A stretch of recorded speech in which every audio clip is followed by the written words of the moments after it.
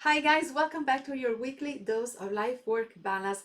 In today's video, we'll take a look at the body's warning signs when you react to a stress trigger, something that can help you become more aware and more in control of your stress response.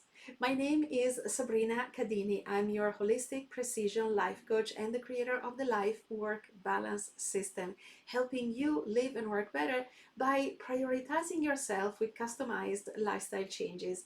If you'd like to learn more, make sure you subscribe to my channel and click the bell to receive notifications every time I have new content for you. Stress is among my favorite topics, you know that, and I talked about it in several videos of this series. What it is, how it works, and what to do about it. I will link all the videos in the info box below. As you probably know or you learned in my videos, the stress response is a normal reaction of our brain and body to things that happen around us. This is simply done to protect us from danger and threats. Today, these can be a change in our routine, unexpected news, a tight deadline, a certain food, a difficult relationship. It can be numerous triggers affecting us during the day. When this happens, our brain and body activate certain mechanisms, and when the threat is over, everything returns to normal. You may also remember that stress is good for us. It's not always the bad guy, as it can promote effort, growth, and motivate us to take action. However, when stress is prolonged and unmanaged, and we are unable to cope with the demands of daily life, it can harm us physically, mentally, and emotionally. And over time, an overactive stress response can lead to chronic illness. Therefore, it's very important to recognize those warning signs to avoid long-term health issues. Today, I'll go over these warning signs or symptoms. There are plenty of them, and each of us reacts in different ways and with different intensity. But you can find most of them in my ebook, Goodbye Stress, that you can download on my website. I'll add the link in the description box below. I divided the warning signs into four categories: physical, behavioral, emotional, and intellectual. Some of these warning signs or symptoms are explained more in detail in episode 38 of this video series when I talked about how our body reacts to stress. You'll find the link here in case you missed it. Let's start with the physical category related to how your body is functioning. When you are under acute stress, which is a short-term form, you may feel early warning signs such as muscle spasm or tension, headache or migraines, fatigue or tiredness, an elevated heart rate, shortness of breath, upset stomach or nausea or indigestion, increased sweating, dry mouth, jaw pain, and tingling sensation in fingers or toes.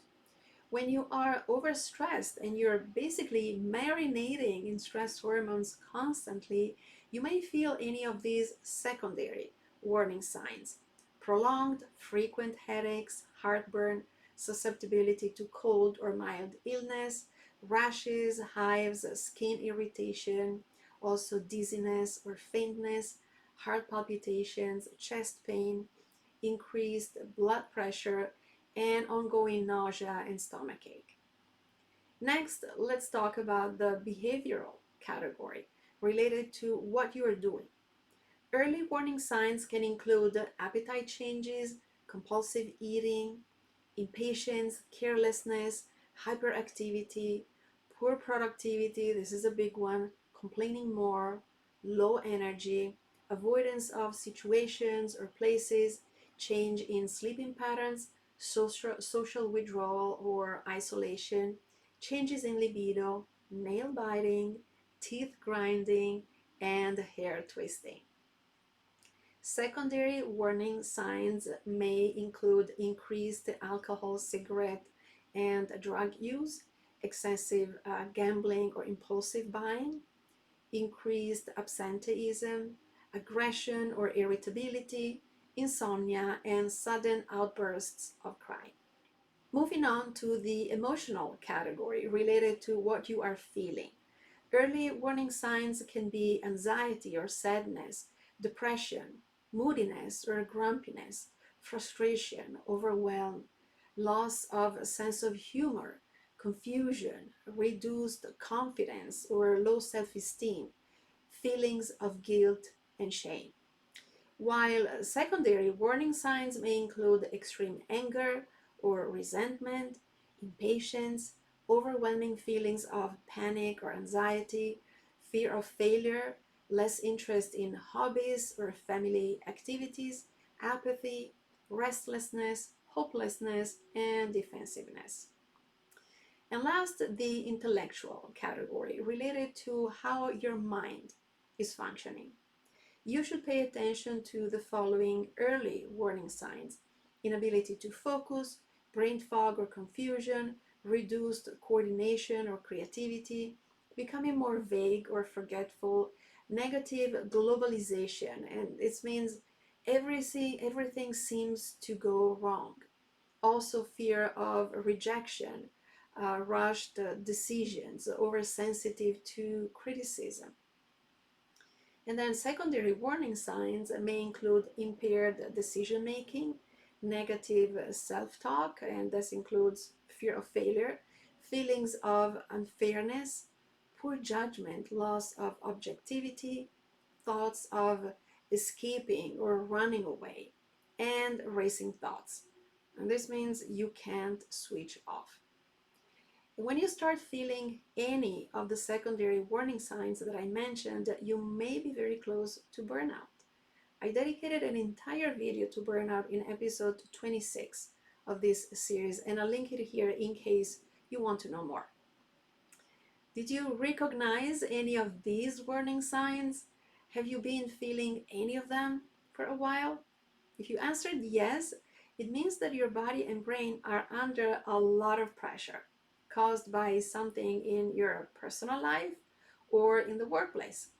And even if you cannot get rid of the stressors, you have to learn how to manage them. Your body is sending you these signals to inform you that something is not right, and you have to bring everything back to normal, back to balance. So here are some useful tips for you. Number one, recognize you are dealing with stress, either acute, short term, or chronic, long term. Do not ignore those warning signs. Identify your stressors and take action. You need to be able to switch from your sympathetic state, your fight or flight response, to the parasympathetic state to allow your body to relax. In episode 8, I shared 3 quick tips to help you manage some of your pressure, and you'll find the video here.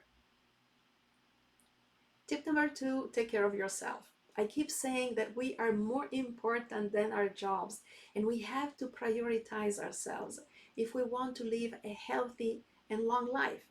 So, in addition to a nutrient-dense diet, adequate sleep, regular exercise, and of course, stress management, you should set healthy boundaries between life and work. Busy schedules may make you feel accomplished and on top of your to-dos, but your body and brain need breaks. You may have deadlines, but your well-being is more important. So leave work at work. Switch off at the end of the day and live your life. And tip 3, do not hesitate to look for professional help, especially if you think you're experiencing burnout. If you're not working with a coach like me, or you don't have enough support from family and friends, it will be very difficult to fix the problem because you may not know what strategies to implement or which steps to take. Also, a knowledgeable therapist or healthcare practitioner can also help you identify the causes and recommend techniques that work for you. If you would like to work with a coach to help you manage your stress response, you may be interested in my program, Reframe and Thrive, focused entirely on stress, anxiety, and burnout. It's a 6-week program that will help you learn how the stress response works and its effects in our body and brain, identify the type of pressure you are experiencing, whether it's stress, anxiety, or burnout. Recognize your triggers and create your reframe toolkit with personalized strategies and techniques to reframe your stress response, shift your mindset, build resilience, and reclaim your energy, purpose, focus, and joy in your life. Not to mention precious time for sustained success. I will add the link to the program below so you can check it out. And you can always schedule a complimentary clarity call with me to discuss more in detail and see if this is the right solution for you before you make a decision. I'll see you in episode 45 of your weekly dose of life work balance next week, where we will go back to the care pillar and I'll share the benefits of reading and tips for you to make it a consistent practice in your busy day. If you liked this video and you want to see more, make sure you share it with all of your friends, give it thumbs up, subscribe to my channel, and click the bell so you will get notified when I have new video content. Thank you so much for watching, and don't forget to live life fully. Bye guys.